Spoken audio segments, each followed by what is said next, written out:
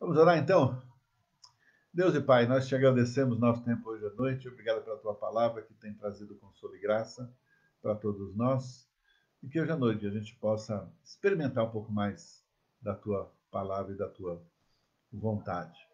Então, nosso assunto hoje à noite é ser ou ter, né? Qual é o nosso grande projeto, né? O que a gente espera?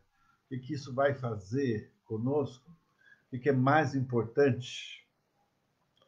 Nos dias atuais, então, infelizmente, existe grande distorção de valores e princípios.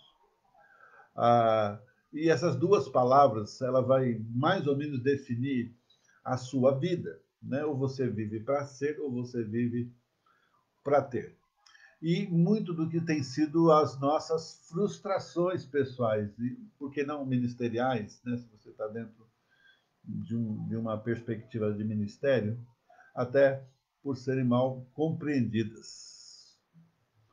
Bom, então, como comparar essa coisa do ser e ter? E a nossa premissa é que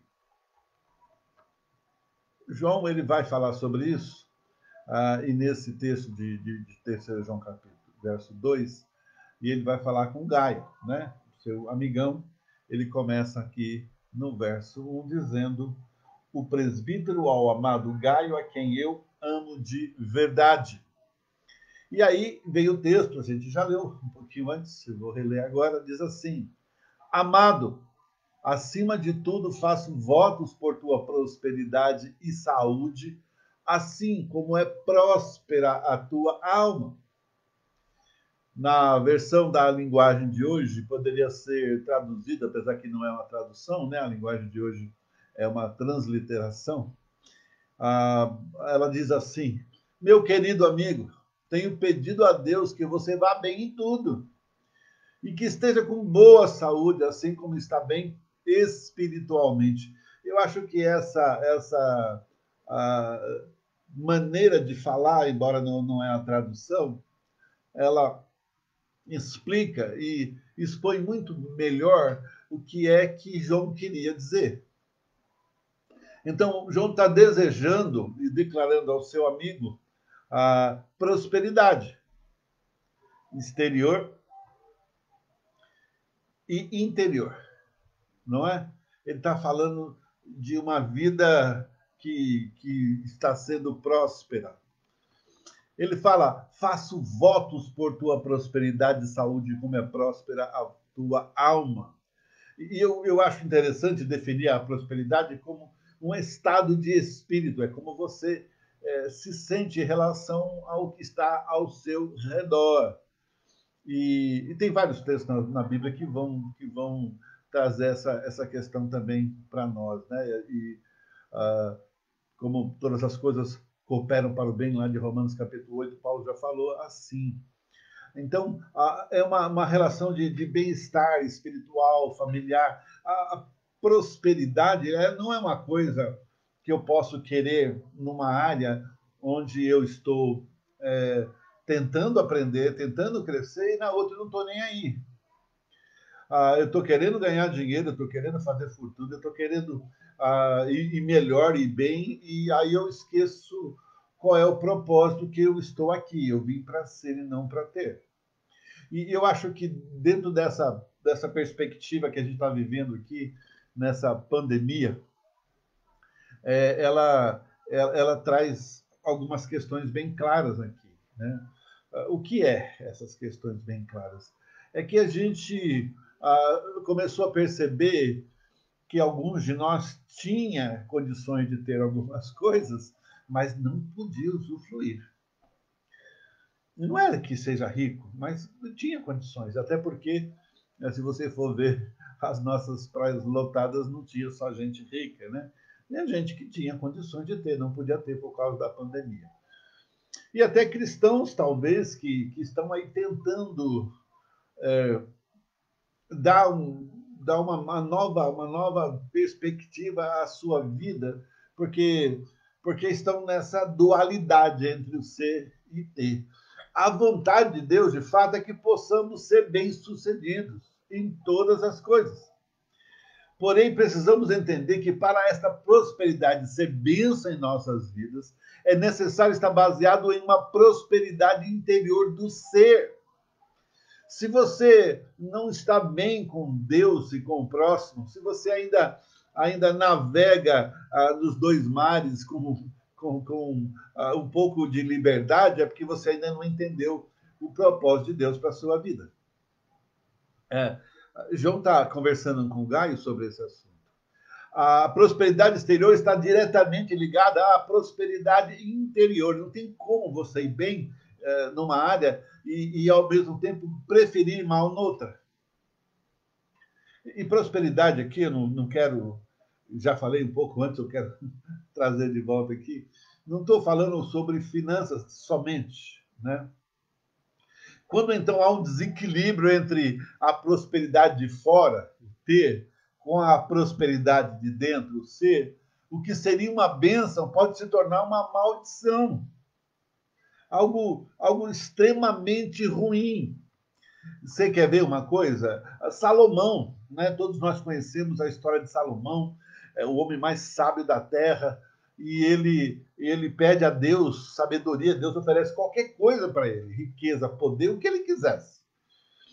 E ele pede sabedoria, e naquele momento que eu li pela primeira vez essa primeira parte, eu falei, Salomão, você foi o cara, porque a sabedoria leva e permite e melhora a sua vida em todas as áreas. Só que Salomão começou a navegar num rio e mudou para outro. De repente, ter era mais importante do que ser reconhecido, porque as pessoas iam de muito longe para conhecê-lo, para saber quem ele era, para perceber, para descobrir, para conhecer aquela sabedoria que vinha de Deus. E ele começou a achar que era ele. Ele era o alvo da graça. E foi. Deus não tirou a sabedoria dele. Engraçado, né? Se nós formos olhar para a Sansão, e é lógico que Sansão é uma outra proposta, que também pode ser nessa perspectiva, mas Sansão perde a força por causa dos cabelos, e no final Deus devolve para que ele morra em submissão à vontade de Deus, porque ele não queria fazer a vontade de Deus. Mas aqui Salomão, ele acaba fazendo uma bagunça no reino, trazendo muita coisa ruim que acabou sendo conectado a outros momentos da vida, da história daquele povo de Israel.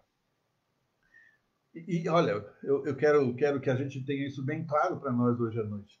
Porque se eu e você não tivermos essa perspectiva bem clara, a gente pode entrar numa roubada dessa tranquilo.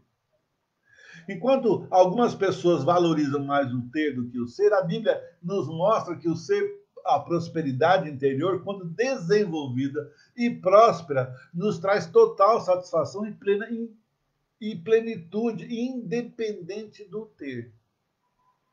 O ter já não é mais tão importante, porque o ser está completo. Aí em Filipenses 4, Paulo fala o seguinte, que eu adoro esse texto também, né? Ele diz assim, digo isso não por causa da pobreza, porque aprendi a viver contente em toda e qualquer situação, Filipenses capítulo 4. Se você for ler o que vem antes, ele está falando de situações difíceis e complicadas, mas ele aprendeu a viver contente em toda e qualquer situação. Então, essa dificuldade de entender o ser e o ter define a nossa vida e se ela vai ser uma coisa boa ou se vai ser uma coisa ruim. Se você vai ter prazer nessa vida ou se você não vai ter. Se o prazer vai ser momentâneo ou não. Depois de quase 40 anos no ministério cristão, não como pastor, mas como cristão, eu não vejo outro lugar onde Deus me queria, onde eu teria mais felicidade do que eu tenho hoje, e do que eu tive sempre, e do que eu posso dizer que terei para frente. O que eu tenho que fazer é viver conforme a vontade de Deus. E está escrito.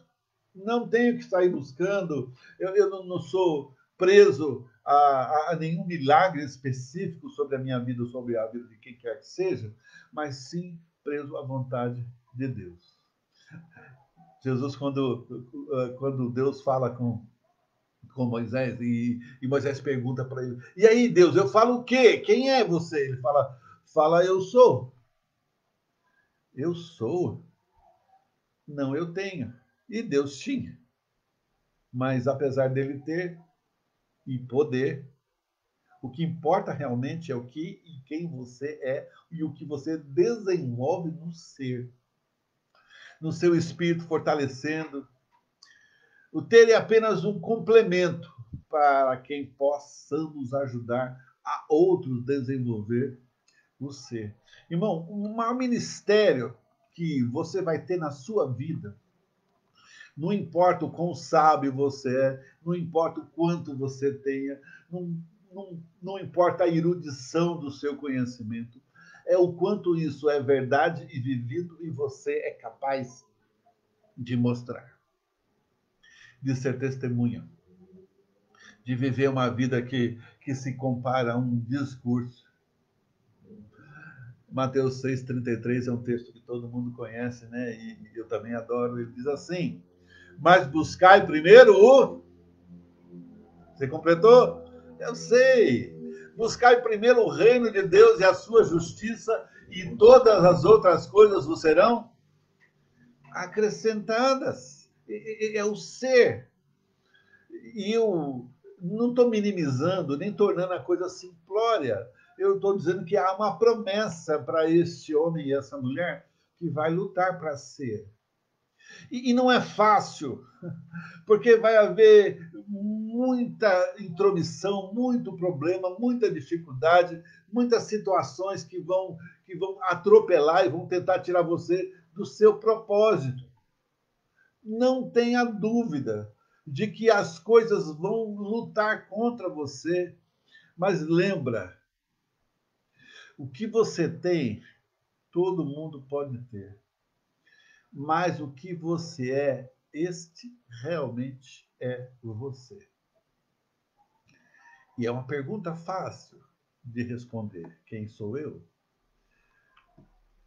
Para nós, como cristãos, hoje, é importante que a gente esteja realmente trazendo todo dia essa perspectiva de que a graça de Deus me completa, que a graça de Deus traz essa expertise de viver o ser na contramão do ter. E ser feliz por isso, e entender que isso vai facilitar uma vida que te agrada. Irmão, você tem que amar a vida que Deus te deu. Ah, mas eu tenho problemas.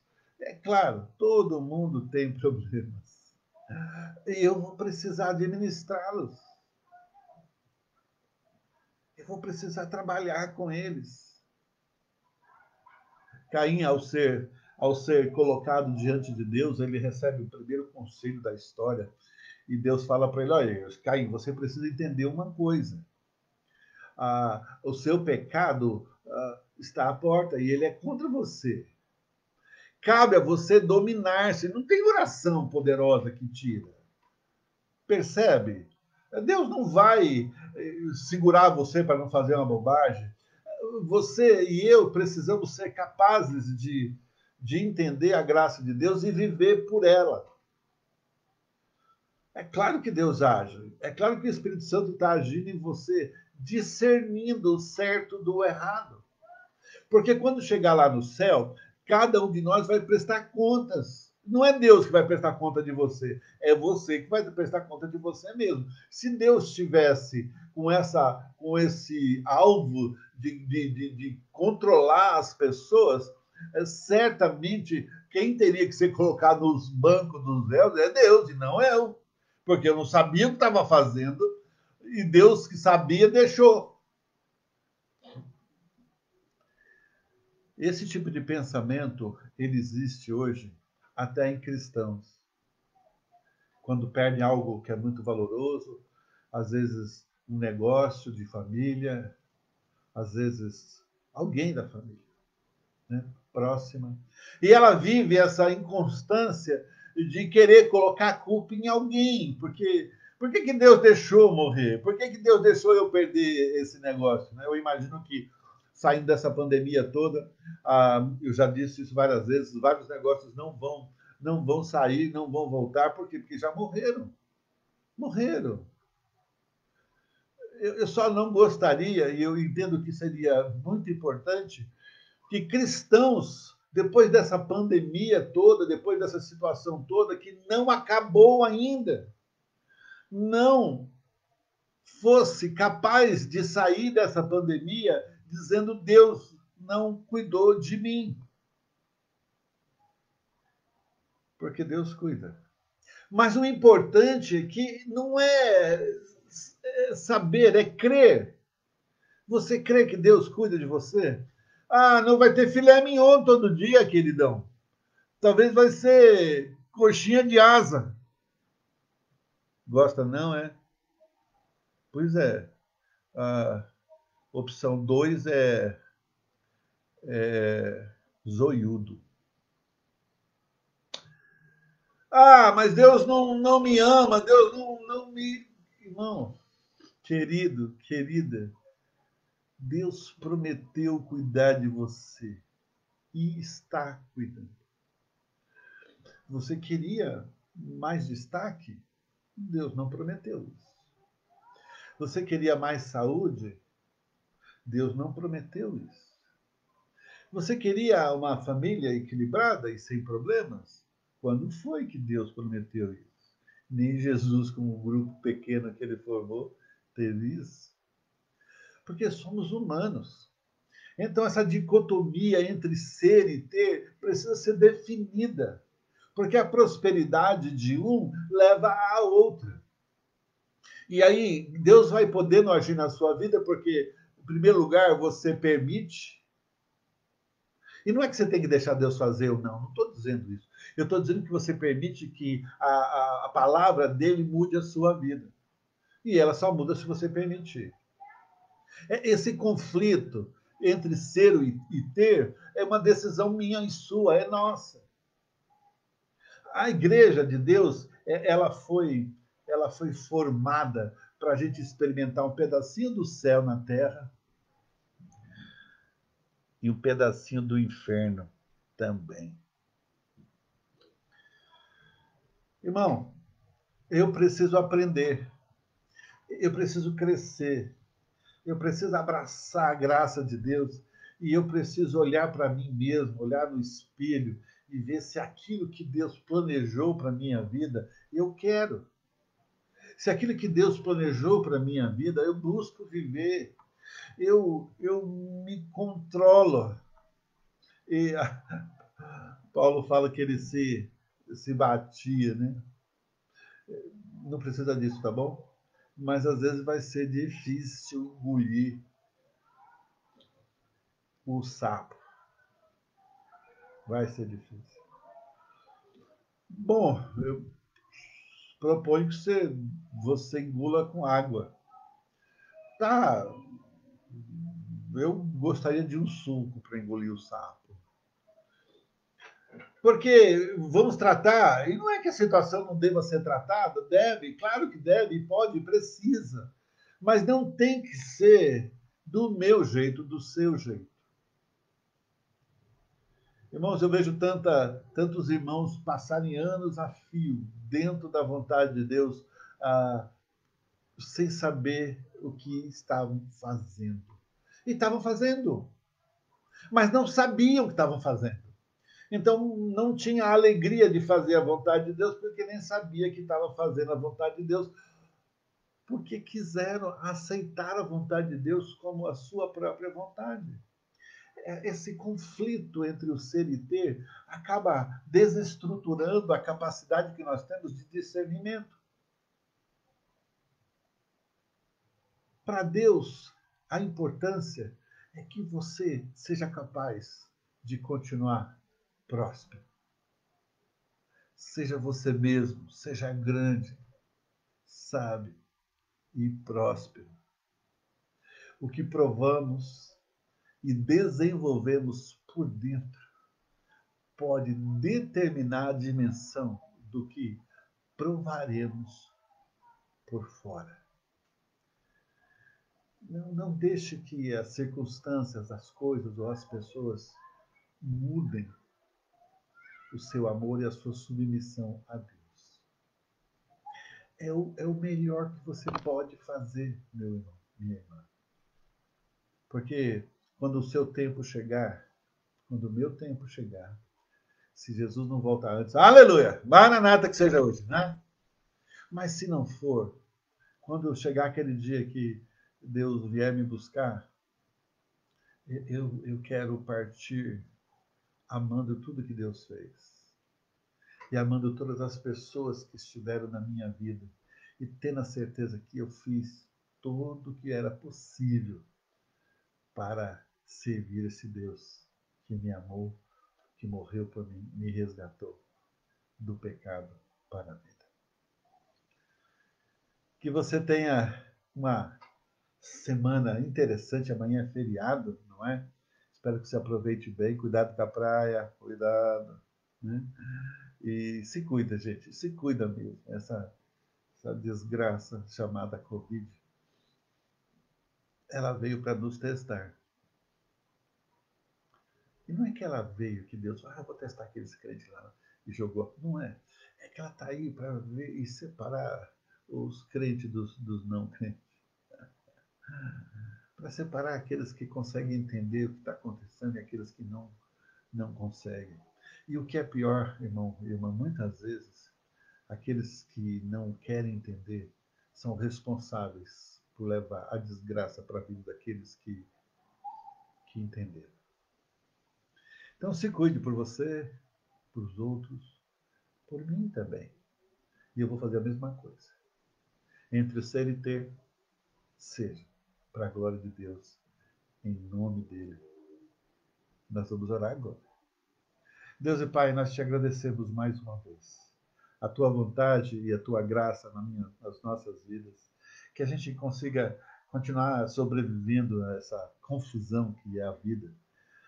Olhando para o céu, olhando para a palavra e vivendo ela, e tornando ela parte relacional da nossa vida. Que esse conflito, que essa dificuldade entre ser e ter seja esclarecida. Que a prosperidade da nossa fé seja a razão da nossa vida e não qualquer outra prosperidade que a gente pode ser chamado no meio do nosso caminho. Que o Senhor te abençoe, que o Senhor te guarde, que a graça do Senhor te traga a vitalidade necessária para cada dia. Deus te abençoe, que a graça do Senhor continue sobrevivendo na sua vida, assim como tem sobrevivido na nossa e na vida daqueles que poderão fazer toda a diferença na sua vida e na vida daqueles que não conhecem Cristo. Deus te abençoe. Amanhã temos devocional, né, de manhã, e essa semana vamos ter um outro tema e vamos andar juntos. Que Deus te abençoe, que a graça do Senhor continue trazendo essa boa ordem das coisas para que você possa aproveitar mais e melhor. Deus te abençoe, querido.